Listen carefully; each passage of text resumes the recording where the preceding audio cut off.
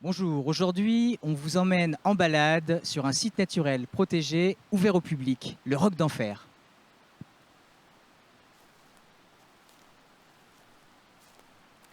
Le Roc d'Enfer, c'est plutôt le paradis quand on y travaille. Le CPA Latu est un acteur local très important pour ce site. Il va mettre en avant plusieurs activités sur le site, donc l'escalade par exemple, le kayak, des activités de médiation beaucoup. Donc pour ce qui est des activités de médiation, sur la période estivale, on va avoir des animateurs au quotidien qui vont aller à la rencontre des personnes qui fréquentent le site.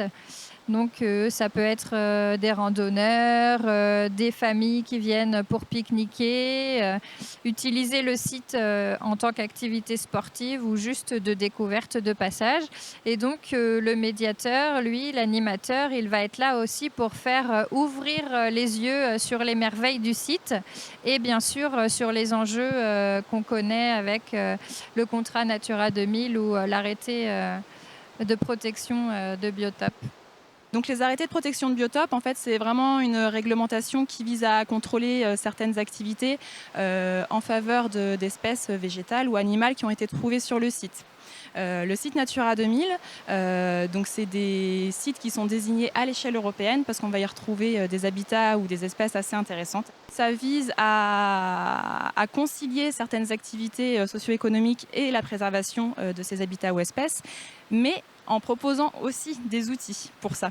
Donc c'est vrai que être en site Natura 2000, certains peuvent peut-être le vivre comme une contrainte, mais ça ouvre aussi à certains types de contrats, d'actions comme la restauration de landes sèches, la remise en place de pâturage avec pose de clôture.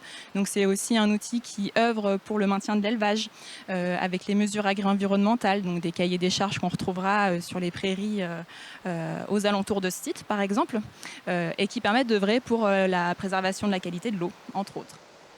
Ça permet de rassembler différents types d'acteurs dans la réflexion qui est menée pour son aménagement, pour essayer de faire en sorte que justement ces activités et le passage de visiteurs ne portent pas trop atteinte à ce site extraordinaire. Donc voilà, c'est en cours, mené avec la commune, avec les différents propriétaires, dont le CPA et le Conservatoire d'espaces naturels, le syndicat de rivière, la LPO, etc. Le site du Roc d'Enfer, ça reste un site assez spécial du fait qu'on y retrouve plusieurs types d'activités animées beaucoup par le CPA de là-dessus. Ça reste aussi un territoire assez utilisé par les locaux. Je pense qu'historiquement, tout le monde est déjà venu se balader au Roc d'Enfer dans la commune. Et au-delà de ça, on va y retrouver différents types d'espèces et d'habitats assez spéciaux.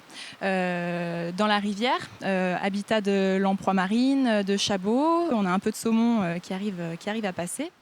Sur le site, sur la période estivale, on va avoir à peu près 15 000 visiteurs, de toutes sortes. Sur juillet, on est sur 700 personnes qui vont être sensibilisées. En plus des touristes, toute l'année, il va y avoir des activités qui sont organisées sur le site du Roc. Et donc, bien sûr, ces activités sont en adéquation avec les enjeux du site. Donc, par exemple, les activités sportives sont encadrées par des moniteurs qui ont conscience et qui expliquent à leur groupe comment protéger le site en profitant de leur activité. Le site du Roc d'Enfer permet aussi d'être un super exemple à rapporter chez soi. Donc, les personnes qui le fréquentent et qui vont être initiées à la nature et au plaisir d'être dans la nature et à sa connaissance vont pouvoir ensuite en profiter sur d'autres espaces qui ne sont pas forcément protégés, mais qu'ils auront envie de protéger. On vous attend sur le site du Roc d'Enfer en espérant que vous ayez envie de revivre un moment ici ou venir tout simplement découvrir ce site exceptionnel. C'est un site qui peut être dangereux avec le diable qui traîne. Faut ouvrir l'œil quand même.